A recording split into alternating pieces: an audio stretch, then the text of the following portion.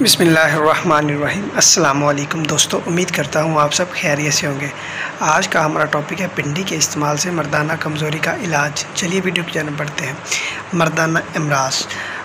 भिंडी मर्दाना अमराज के लिए बहुत ही मुफीद है। उसके इस्तेमाल से मादा तौलीद की पैदावार में इजाफ़ा होता है और उसमें गाढ़ापन आ जाता है और मसाना की गर्मी के लिए भी मुफीद है।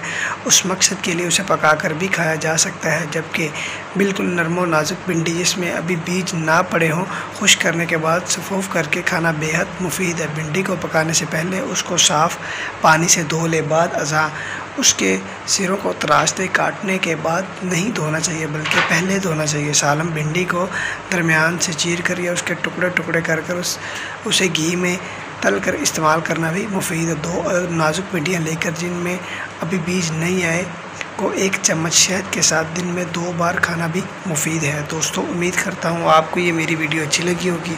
अगर मेरी वीडियो अच्छी लगी है तो मेरी वीडियो को लाइक करें, मेरे चैनल को सब्सक्राइब करें और बेल आइकन पर ज़रूर क्लिक करें ताकि नई आने वाली इन्फॉर्मेटिव वीडियोज़ का नोटिफिकेशन आपको बआसानी मिल सके। अपना बहुत सारा ख्याल रखिएगा और दुआ में याद रखिएगा। अल्लाह हाफिज़।